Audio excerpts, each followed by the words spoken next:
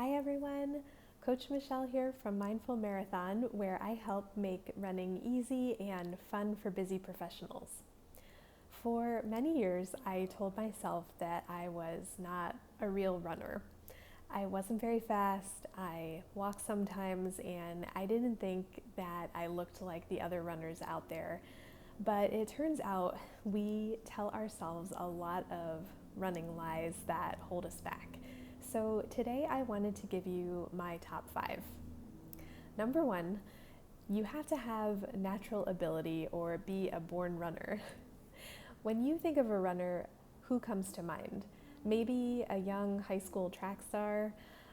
Runners come in all shapes, sizes, and ages. Many of my athletes started running in their 30s and 40s and beyond, and my mom completed her first half marathon in her 60s. So the point is, it's never too late to get started with running. Number 2, that you have to be fast.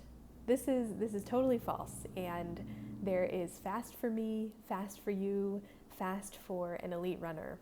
Our training paces and our race paces are all different, and the beauty of the sport is that we can all train from where we're at and still get great results. Whether you're running a 5-minute mile or a 20-minute mile, remember your why and your goals. It's really easy to fall into the trap of comparing ourselves with others, and believe me, I'm guilty of it too, but we have to remember that we're working on our own fitness and working toward our personal improvement and our own PRs. That's why it's a PR, a personal record, and not someone else's. Number 3, that you can't walk.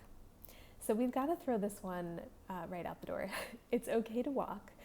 One of my athletes started regularly walking at the beginning of the pandemic last year, and we started working together in the fall.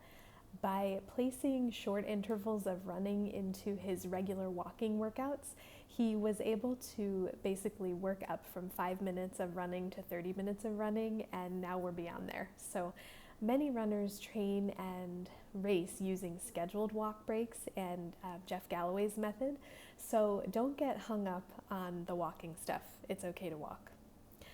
Number 4, that you have to go a certain distance or that you have to have a race goal. One of my athletes recently picked up running again after several years off. She used to love running a couple of half marathons each year, and then after having kids didn't run at all for about 4 years. And her goal is to get back to running regularly most of the days of the week. So there's no required distance or required race that you have to run to call yourself a runner. And then number 5, I think this is the most important one, that you have to be a certain weight or have a certain body type before you can run.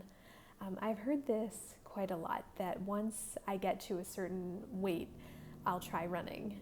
And the truth is, many of us can run at the weight we're at right now, and even more of us can walk at the weight we are right now.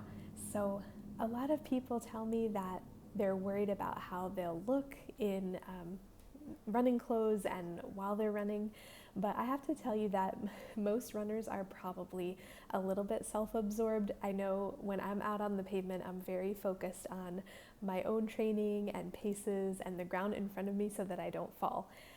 There's no way I'm worrying about how the other runners look except to give them a hi and a wave as I pass by. So if you've ever had to battle any of these, I'd love to work with you. Just click below to set up a call, and remember to like the video and subscribe to the Mindful Marathon YouTube channel. Thanks so much for listening, and talk to you soon.